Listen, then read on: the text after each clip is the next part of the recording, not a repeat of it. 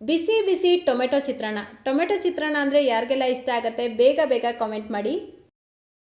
ಈ ಟೊಮೆಟೊ ಚಿತ್ರಾನ್ನನ ಬೆಳಿಗ್ಗೆ ತಿಂಡಿಗೆ, ಮಧ್ಯಾಹ್ನ ಲಂಚ್ ಬಾಕ್ಸ್ಗೆ, ರಾತ್ರಿ ಊಟದ ಸಮಯಕ್ಕೆ ಯಾವಾಗ ಬೇಕಾದರೂ ಮಾಡ್ಕೊಳ್ಬೋದು. ಅನ್ನ ಸಾಂಬಾರು ತಿಂದು ಬೋರ್ ಆಗಿದ್ರೆ ಈ ರೀತಿ ಟೊಮೆಟೊ ಚಿತ್ರಾನ್ನನ ಟ್ರೈ ಮಾಡಿ, ಸಖತ್ ಇಷ್ಟ ಆಗುತ್ತೆ ನಿಮಗೆ. ಇದು ಒಂಥರ ಬ್ಯಾಚುಲರ್ಸ್ ರೆಸಿಪಿ ಅಂತ ಹೇಳ್ಬೋದು. ತುಂಬ ಕ್ವಿಕ್ಕಾಗಿ ಆಗುತ್ತೆ. ಬನ್ನಿ ಯಾವ ರೀತಿ ಮಾಡೋದು ಅಂತ ನೋಡೋಣ.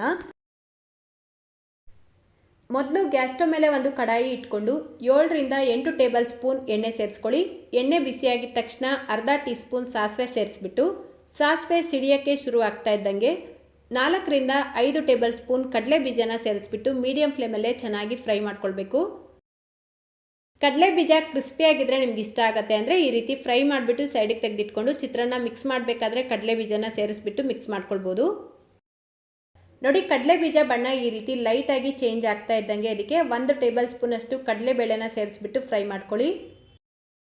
ಇದರ ಜೊತೆಗೇನೆ 10 ರಿಂದ 12 ಮೆಣಸಿನ್ಕಾಯಿ, ಸ್ವಲ್ಪ ಕರಿಬೇವಿನ ಎಲೆ ಸೇರಿಸ್ಕೊಂಡು ಫ್ರೈ ಮಾಡ್ಕೊಳ್ತಾ ಇದ್ದೀನಿ. ಮೆಣಸಿನ್ಕಾಯಿನ ನೋಡಿ ಈ ರೀತಿ ಉದ್ದುದ್ದಕ್ಕೆ ಕಟ್ ಮಾಡಿಬಿಟ್ಟು ಸೇರಿಸ್ಕೊಳ್ಳಿ. ಈಗ ಇದಕ್ಕೆ ದೊಡ್ಡ ಸೈಜಿಂದು 3 ಈರುಳ್ಳಿನ ಈ ರೀತಿ ನೋಡಿ ಉದ್ದುದ್ದಕ್ಕೆ ಕಟ್ ಮಾಡಿ ಸೇರಿಸ್ಕೊಂಡು ಫ್ರೈ ಮಾಡ್ಕೊಳ್ಬೇಕು.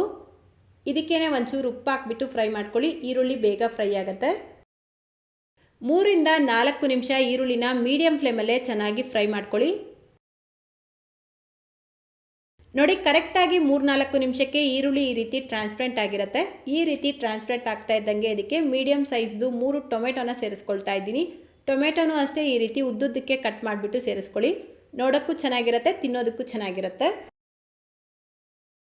ಈ ಟೊಮೆಟೊ ಸೇರಿಸಿದ ಮೇಲೆ ಮತ್ತೆ ಒಂದು 3 ನಿಮಿಷ ಮೀಡಿಯಂ ಫ್ಲೇಮಲ್ಲೇ ಇದನ್ನು ಫ್ರೈ ಮಾಡ್ಕೊಳ್ಬೇಕು. ಅಂದರೆ ಟೊಮೆಟೊ ಸಾಫ್ಟ್ ಆಗಬೇಕು, ಅಲ್ಲಿವರೆಗೂ ಇದನ್ನು ಫ್ರೈ ಮಾಡ್ಕೊಳ್ಳಿ. ನೋಡಿ, ನಾವು ಸೇರಿಸಿರುವಂಥ ಟೊಮೆಟೊ ಸಾಫ್ಟ್ ಆಗಿದ ನಂತರ ಇದಕ್ಕೆ ರುಚಿಗೆ ತಕ್ಕಷ್ಟು ಉಪ್ಪು, ಅರ್ಧ ಟೀ ಸ್ಪೂನ್ ಅರಿಶಿನ ಸೇರಿಸ್ಬಿಟ್ಟು ಮಿಕ್ಸ್ ಮಾಡ್ಕೊಳ್ಳಿ.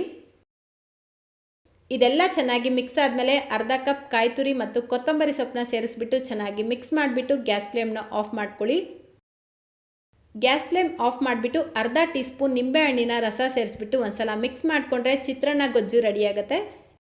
ಇದು ಪೂರ್ತಿಯಾಗಿ ತಣ್ಣಗಾದ್ಮೇಲೆ ಒಂದು ಏರ್ಟೈಟ್ ಬಾಕ್ಸಲ್ಲಿ ಅಥವಾ ಗಾಜಿನ ಬಾಟ್ಲಲ್ಲಿ ಹಾಕ್ಬಿಟ್ಟು ಫ್ರಿಜ್ಜಲ್ಲಿ ಸ್ಟೋರ್ ಮಾಡಿಕೊಂಡ್ರೆ 3-4 ದಿನ ಆದರೂ ಹಾಳಾಗಲ್ಲ. ನಿಮ್ಗೆ ಯಾವಾಗ ಬೇಕೋ ಆವಾಗ ರೈಸ್ ಹಾಕ್ಬಿಟ್ಟು ಮಿಕ್ಸ್ ಮಾಡ್ಕೊಳ್ಬೋದು. ಸೊ ನಾನಿಲ್ಲಿ ಸ್ಟೋರ್ ಮಾಡ್ಕೊಳ್ಳೋದಕ್ಕೋಸ್ಕರನೇ ಗೊಜ್ಜು ಸ್ವಲ್ಪ ಜಾಸ್ತಿನೇ ಮಾಡ್ಕೊಂಡಿದ್ದೀನಿ.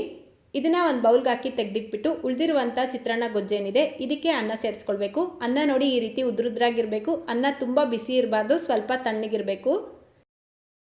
ನಾನಿಲ್ಲಿ ಒಂದು 4 ರಿಂದ 5 ಜನಕ್ಕೆ ಸಾಕಾಗುವಷ್ಟು ಚಿತ್ರಾನ್ನನ ಮಿಕ್ಸ್ ಮಾಡ್ಕೊಳ್ತಾ ಇರೋದು. ನೋಡಿ, ಚಿತ್ರಾನ್ನ ಗೊಜ್ಜಿಗೆ ಈ ರೀತಿ ರೈಸ್ ಹಾಕ್ಬಿಟ್ಟು ಚೆನ್ನಾಗಿ ಮಿಕ್ಸ್ ಮಾಡಿಕೊಂಡ್ರೆ ತುಂಬ ರುಚಿಯಾಗಿರುವಂಥ ಟೊಮೆಟೊ ಚಿತ್ರಾನ್ನ ರೆಡಿಯಾಗುತ್ತೆ. ಲಾಸ್ಟಲ್ಲಿ ಬೇಕಿದ್ರೆ ಒಂಚೂರು ಕೊತ್ತಂಬರಿ ಸೊಪ್ಪನ್ನ ಸೇರಿಸ್ಬಿಟ್ಟು ಮಿಕ್ಸ್ ಮಾಡ್ಕೊಳ್ಳಿ.